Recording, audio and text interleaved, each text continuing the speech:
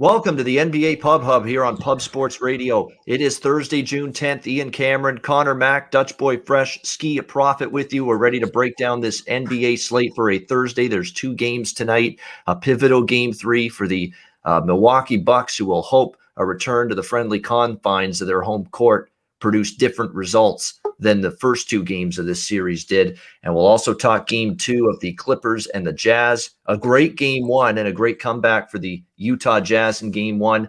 They'll look to hold serve on home court and go up 2-0 in the series tonight. We'll get to tonight's games in just a second. First, we look back on last night, and the more the Denver-Phoenix series unfolds, the more I'm starting to think Phoenix is just flat out better right now than this Denver Nuggets team. Both ends of the floor, a dominant performance last night from the Phoenix Suns. They had 5-6 guys contribute significant production and minutes for this Suns team. Their defense has been just absolutely suffocating, and the Denver Nuggets are finding out what it's like playing Phoenix's defense compared to Portland in the first round. Night and day difference for the Nuggets. It was Jokic is really the only thing that kept that from being even worse of a blowout for the Denver Nuggets. They just didn't get much of anything from anyone else on the roster last night. You saw for the Suns, we had great performances from a bunch of different guys, Payne, Paul, Booker. You had obviously Crowder step up. You had Mikal Bridges have another good game. Bench guys were good. A lot of people thought Denver had a deeper bench going into this series. I think Phoenix has kind of proven them wrong. And if they did have a deeper bench, well, the thinner bench of Phoenix is outplaying the Denver bench. That much we know in this series. There's no doubt. Unfortunately for me, just a couple of brutal, hideous losses on player props in that game. Fell a half point short with DeAndre Ayton, who landed on 15, and I had 15 and a half. I had Jay Crowder over 11 and a half points. He finishes with 11 and, of course, doesn't see the floor most of the second half in a blowout. And again, blowouts are where these player props go to die, unfortunately. And we saw it again last night with a few of them. So frustrating result with those. But the Phoenix Suns, who I like to win this series, are up 2-0. And Denver's just going to have to hope going back to the Mile High City just reignites them somehow, some way. I don't know if that's the case, though, because matchup-wise, this looks like one where Phoenix is just controlling things start to finish. By the way, a good call for Connor. He was the lone ranger like in the game under last night, and the under easily cashes in game 2. A lot of late points, though. I was getting a little. Yeah, I got close. I shouldn't say easily. Right, a little turtleneck late. Yeah, no question about that. Skee, what's your thoughts on Denver-Phoenix? Are we overreacting saying it's over for Denver, or is this just too bad of a matchup for them so far? Because so far it looks like it. Well, Michael Porter Jr. looks like he's still hurt to me. Just the way he was shooting for one, and on his defense, he just didn't look like he was feeling right. Maybe that back is still bothering him. And if he's not right, Denver don't really stand a chance in my eyes. So Phoenix may have an easy one here, but blowouts where props go to die, like you said. I had Aiden, just needed a bucket, couldn't get it because he didn't play the fourth, and I had the first half over, and that was just disgusting. At one point, Nuggets were like 7% from 3, so got to bounce back today. Yeah, exactly. Suns defense, outstanding. They've been great for basically the last 6 quarters, of this series. The Phoenix defense has been just shutting down Denver completely. Dutch, I know you were fared better. You had a couple of those double-double props last night that came in. Your thoughts on last night? Yeah, man. Real quick shout out to the chat. OG Wham, Gerald Martinez, The Hook, Eric Chang. Much love to everybody in the chat.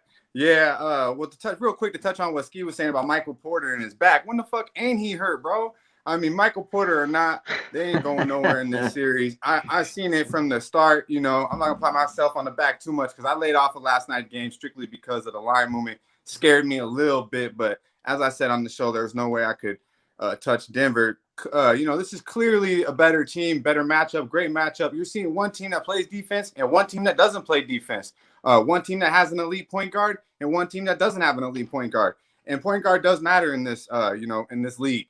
So when you have one and you have a great one that makes other ones better, it's going to stand out. And I think this series is definitely, it's a wrap. Maybe like gentleman's sweep. They might get one in Mile High, but Phoenix is going to be taking care of business. We did handle it with the double doubles. We they put Chris Paul back in the fourth for me. They must have knew I needed that plus 150 and over 15 and a half. We were able to get that. And then, we did hit the freshest look with, Ayton. I was the only one that probably really cashed on Ayton with that double-double. I did brick on over 15.5 points. As you say, we needed one more bucket, Skee. That was unfortunate. But, like I said last night, a hooker away from a sweep. I'm not going to be too mad at that.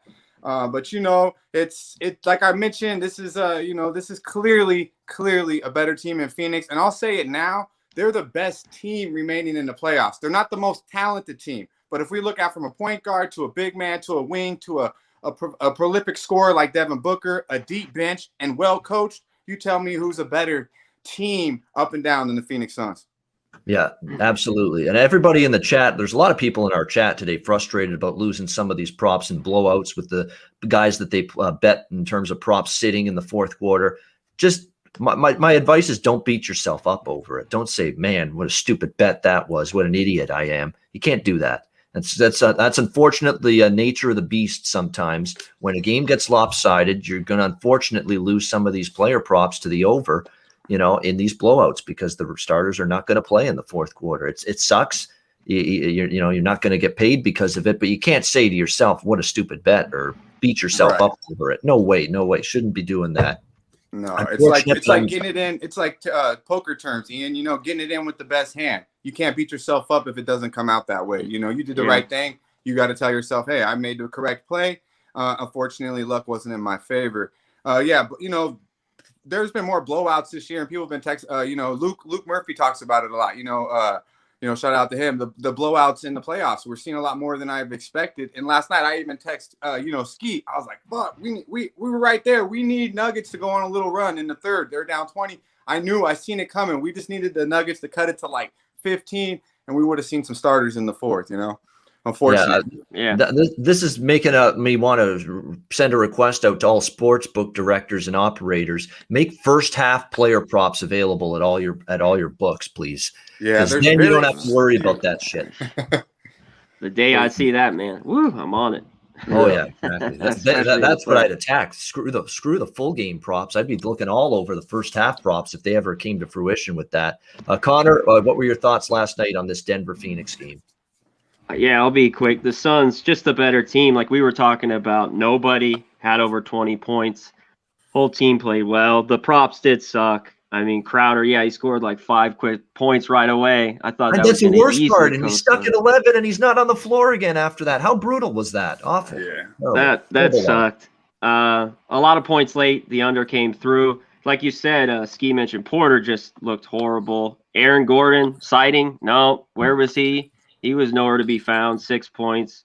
They're just not enough. With Rivers, Campazzo, all these guys, they're not deep enough. Suns just a better team, better offensively, defensively, all the way around.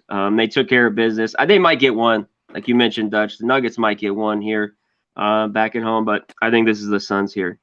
That's it. Let's get to today. Yeah, definitely. Campazzo and Chris Paul. I mean, that's just a tough matchup. He looks healthy. Chris Paul's looking good after the shoulder is looking. He's looking a lot better because that first round with the Lakers, he didn't look so well, but man, he's looked good the last few. Yeah, he's put that injury to bed for sure. And we'll put this game to bed, and we'll focus on tonight's action. Let's start with Brooklyn at Milwaukee. The Bucks down 2-0 in this series, and they better hope home court does something for them because they didn't do much of anything in Brooklyn. Game 1 and Game 2. Bucks 3.5-point home favorites here in Game 3. The total in that 233.5 range pretty much across the board. Some 234s out there. I hate to do it, but they're reeling me back in, Milwaukee, especially early in this game tonight. It looks like a first quarter, first half spot. This is it for Milwaukee. If they don't come out strong early, take the game, dictate the play to Brooklyn early in the game, they're done. They're screwed. This is not a situation where if you like Milwaukee, you don't think they come out slowly and then they creep back into the game. No, if they're down at halftime, they're probably losing. Simple as that, because Brooklyn's been a strong second half team in the series and in these playoffs. You got to think Milwaukee comes out strong early. And you can't deny the numbers for the last 16 years of these teams down 2-0 first quarter, first half in Game 3, something like 65% against the spread over a very, very long period of time and sample size. So it definitely points to Milwaukee here. First quarter, first half, I'm on that. I lean full game as well, but I think the earlier portion of the game, the first 24 minutes is the better bet. I'm going to hope the pendulum swings in terms of the points as well. Like, we had 2 easy unders in game 2. I don't think Milwaukee is shutting down Brooklyn completely, not with the firepower and the weapons they have, Durant and Irving. And of course, when Harris is stepping up and producing and Mike James is giving you something, there's just a lot that they're going to have to handle. So I think Brooklyn can score. But I think for more than anything, this is a huge night for the offense finally for the Bucks. On the road, it wasn't happening for them offensively. They were getting bad performances from Bryn Forbes, who was big in the first round. Chris Middleton's done absolutely nothing so far in this series. I expect guys like that to shoot better, be more comfortable on their home floor. You know what it's like. The supporting cast shoots better at home. That's generally what you end up seeing happening here in the playoffs. And Brooklyn's defense was really good in the first 2 games, but they got to show me they can travel with it in a game 3 spot like this. Let's not forget, the Brooklyn defense collapsed and had their worst game by far in game 3 of the first round against Boston. Remember, they were up 2-0.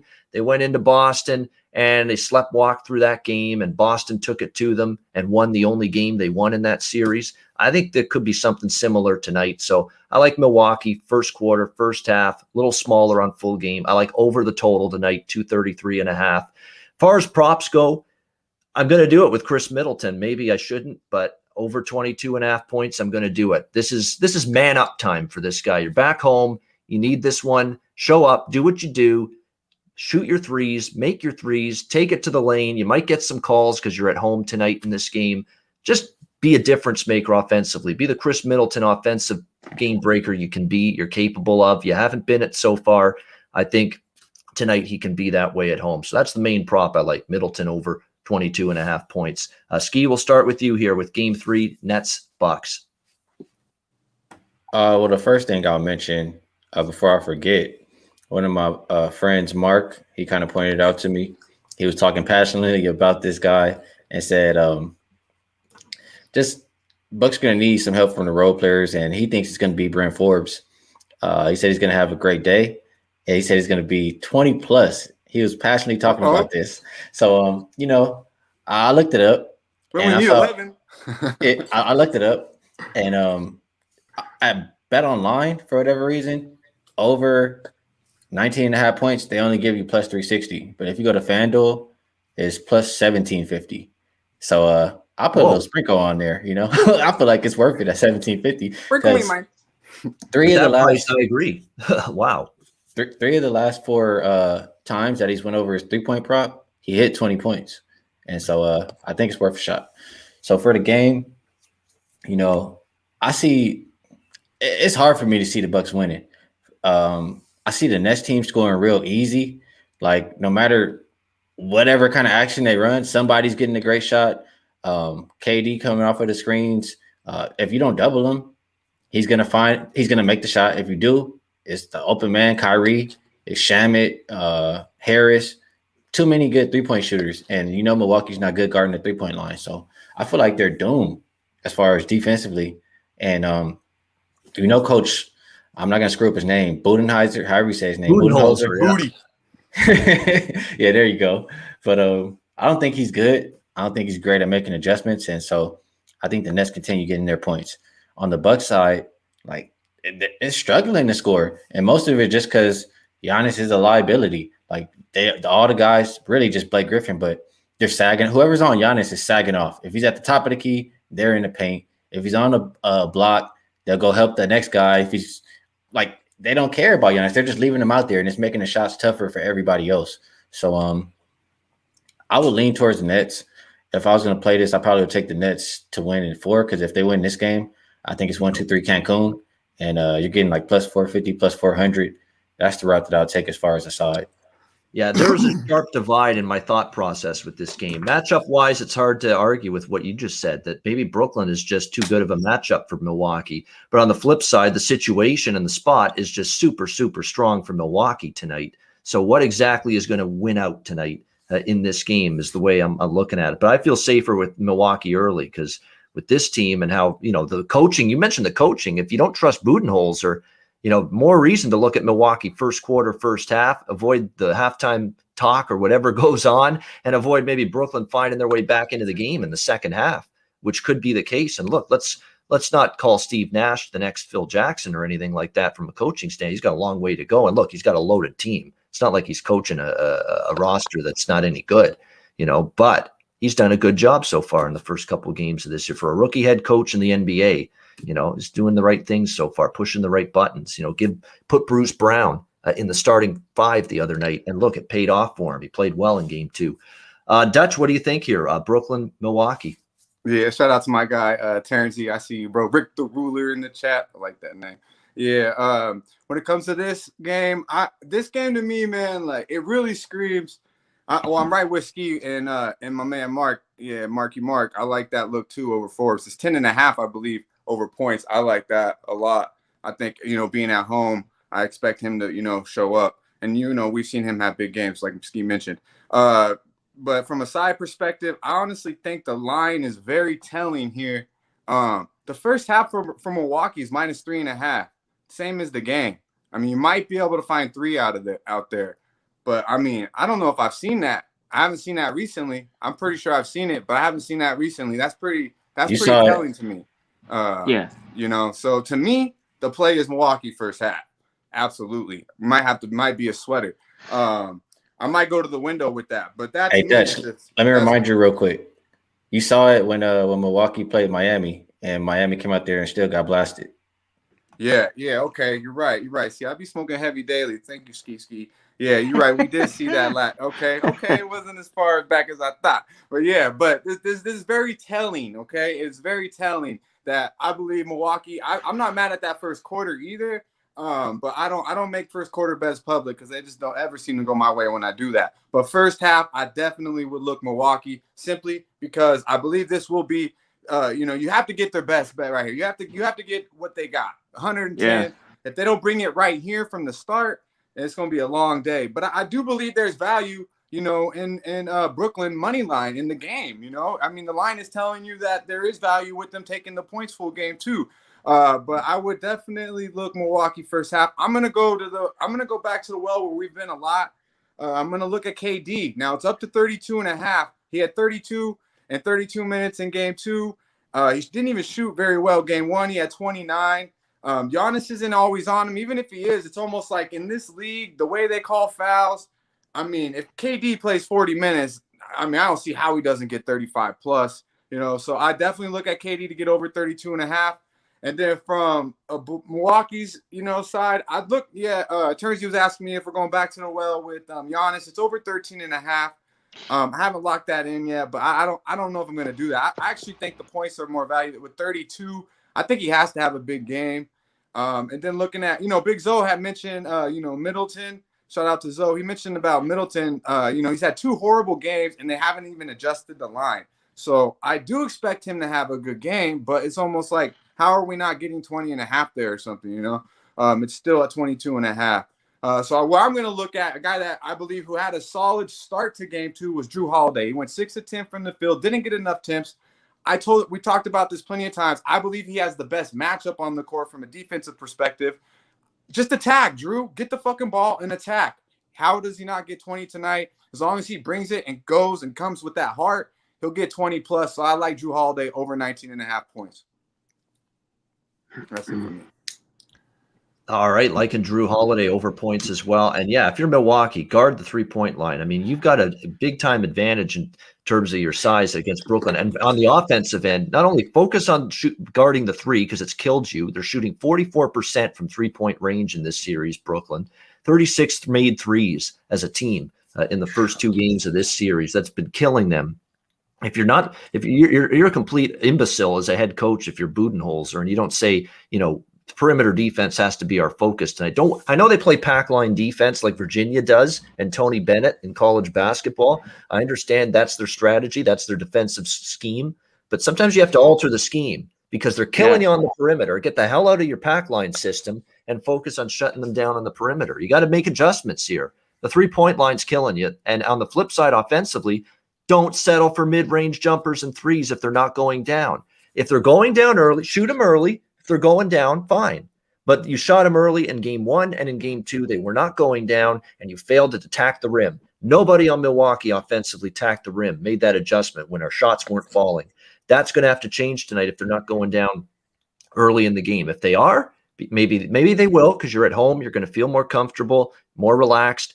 Fine, keep shooting them. But if you aren't making those shots, stop forcing up shots that you're not making. Try to draw a foul, take it to the hole, take it to the tin. That's what you should be doing. We'll see if Milwaukee's smart enough and this coach is smart enough to realize that. Sometimes you got to wonder about both. Connor, what do you think here? Brooklyn, Milwaukee. Yeah, I don't know if he is. We'll see with him. I don't think so. Yeah, with the Giannis, I'm going to stay off his props. Yeah, he's got to have a big game, but I don't want his overboards or points tonight. Same thing with Middleton. They got to show it. Obviously, you mentioned it, Ian. You two, I mean, the Bucks got to come out early. So I get people wanting to back them early, first quarter, maybe first half. And that's why the first half you see -3. But if I go full game, Preston mentioned when the going gets tough, who do you want? Kyrie or KD or Giannis or Middleton? Give me the Nets and the points here, and maybe in sprinkle money line. I want the full game. I'll take the 3.5 till the Bucks show it. I don't want anything to do with them. They'll probably shoot better at home. They shot 29% again last game at 3. The Nets shot 50%, but the Bucks are just leaving it open, like you just talked about, just leaving the 3 wide open. So I think there'll be more success. I don't know about the total. It could get over tonight. I'm not going to mess with it, but I'm going to take the Nets plus 3.5 here. The big question.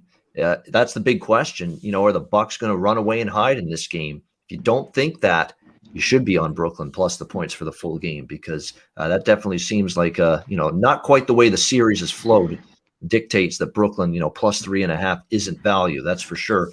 Game 2, Clippers and Jazz. Now the late game tonight in this one. This was a good game. This was probably the best game of the second round so far. Was game 1 of this series, Clippers and Jazz. We've got Utah 3.5 point home favorites here in this one. The total in that 223 range, I should say, in this one here tonight. When you look at it in terms of the Clippers, a game that they got out to an early start and a big lead at halftime, largely because Utah was rusty as hell. Their offense was totally out of sync, totally discombobulated first half of game 1. It turned around at the second half of game 1, largely because I think the lactic acid kicked in. They were starting to get a little worn down, fatigued. 7 games against Dallas, playing just 48 hours later for a game 1 in the thin air and altitude. And it caught up to the Clippers, and the Jazz caught them, and Donovan Mitchell caught them. And shockingly, after the game, he was saying something that he was feeling under the weather a little bit, and still had that performance in game 1. 45 points for Donovan Mitchell. Absolutely outstanding for the Jazz. Single-handedly led them to that victory just about, and they ended up winning by 3. Are the Clippers good enough to bounce back here? I kind of think this is their spot. I kind of lean Clippers here tonight, plus points, although it's never easy to want to go against Utah in such a short price range like this. On their home floor where they've been so good. It's a really tough game because you look at some of these numbers for the Clippers where Kawhi didn't play any good offensively. That was a weak game by his standards. Paul George was mediocre. They didn't get Reggie Jackson and some of these other guys that have stepped up for the Clippers doing a whole lot, and yet they still almost won the game. To me, that's worrisome a little bit for Utah, that they still needed Donovan Mitchell to basically carry the team on his back, to that victory when it was such a lackluster game for so many different LA Clippers, including Kawhi, who's got a much better offensive game in him, which is why I like Kawhi over points tonight. I think this is one of those response type of spots for him. How many times do we see mediocre from Kawhi offensively one game and then much, much better offensively the next? And he's still the best they've got at that end of the floor and still most reliable. Reggie Jackson's been more reliable than I thought. Is that going to keep on going? I still have my doubts. Morris, one game to the next, you're not sure who's going to show up in terms of him offensively. George, can't count on him one game to the next. So Kawhi's the guy, always the person I target first and foremost. And especially with him coming off a little bit of a weaker offensive game by his standards, I think that's a good way to go in terms of the prop here with him over his points tonight. As far as the side goes, lean to the Clippers. Maybe early in the game, Utah seizes that momentum. I think Utah actually could get out to a good start.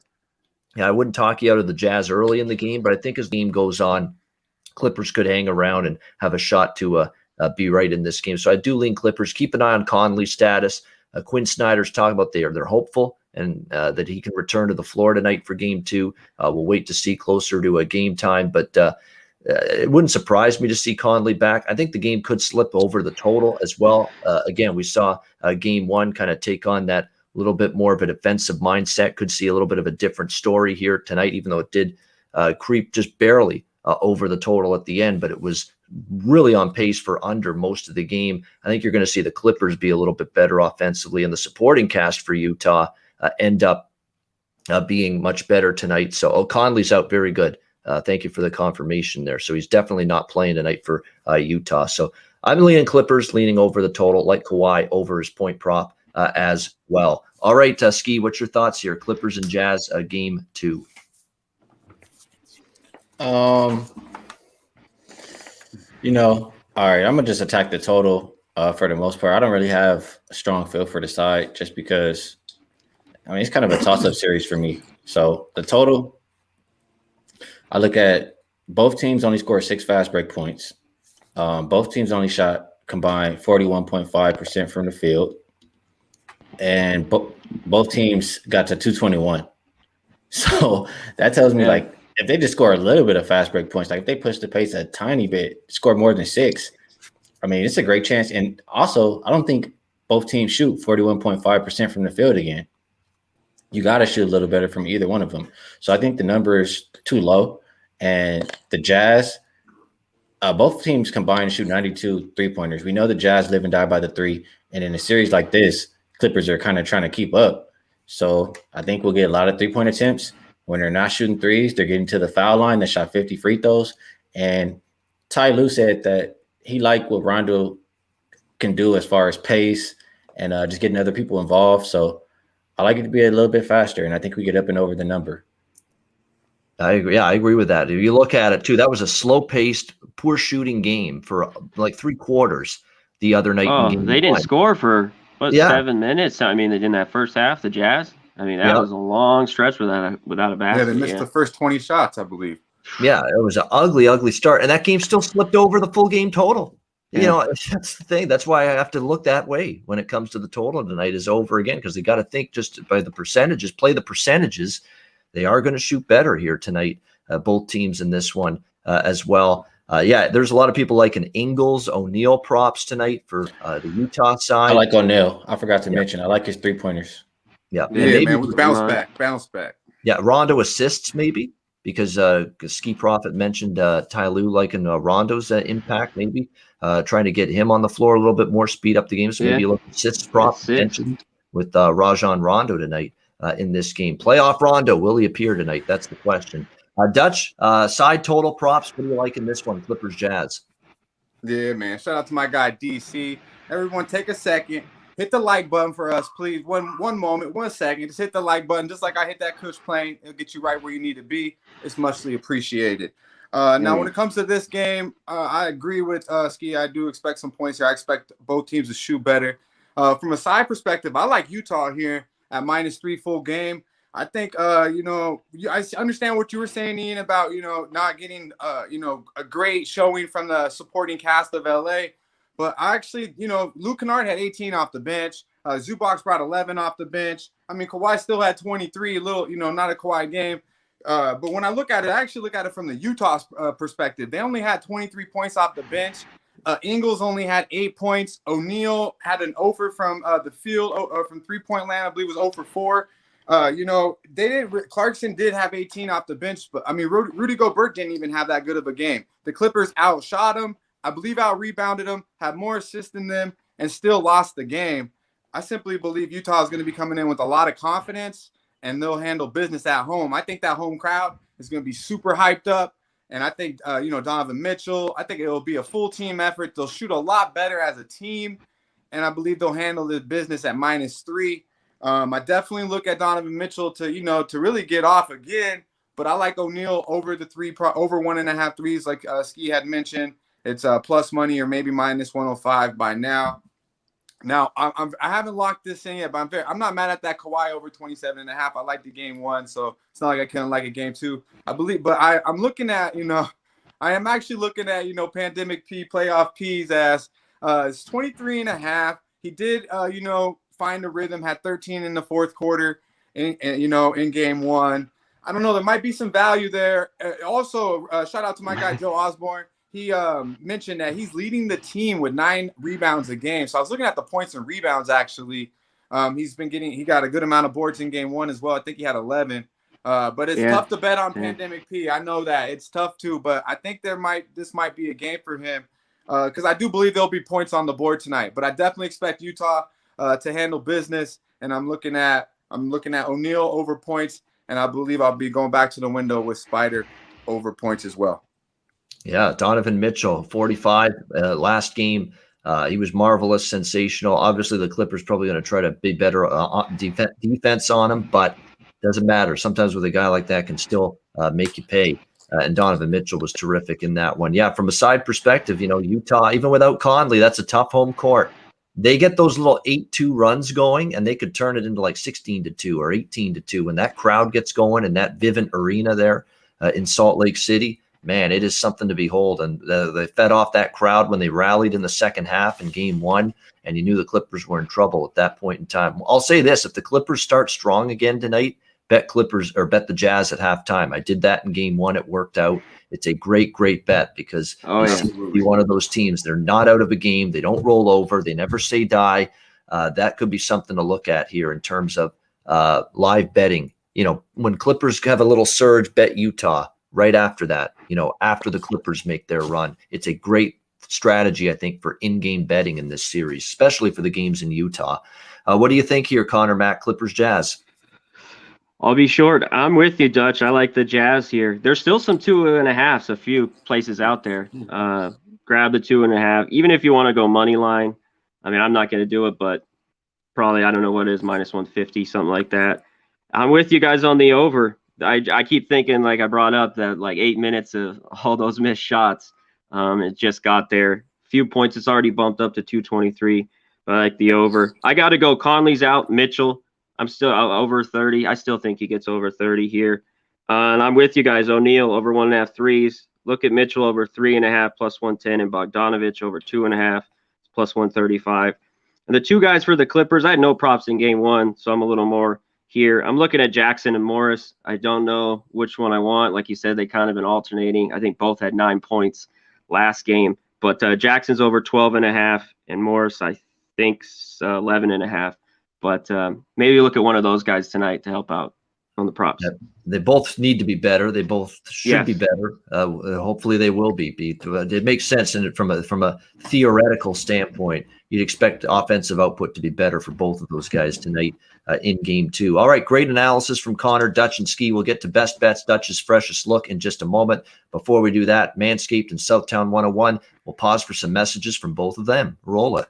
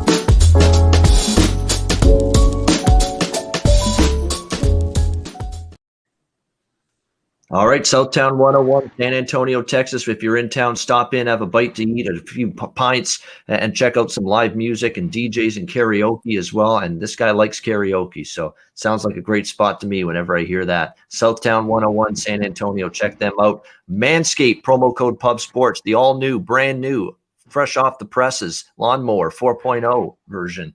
You can get that at Manscaped. Use that promo code PubSports, and you'll get 20% off your purchase. And mybookie.ag, promo code PubSports, NHL, NBA playoffs, Major League Baseball daily. We've got the U.S. Open golf tournament next weekend. I know there's some other tournament going on right now that's a little smaller one, but the big one's next weekend, U.S. Open, the third major of the year.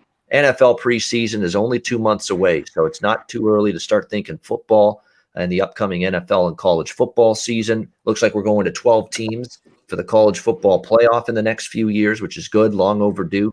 MyBookie.ag, promo code PubSports, Bitcoin accepted currency for your deposits. So check them out, MyBookie.ag, promo code PubSports.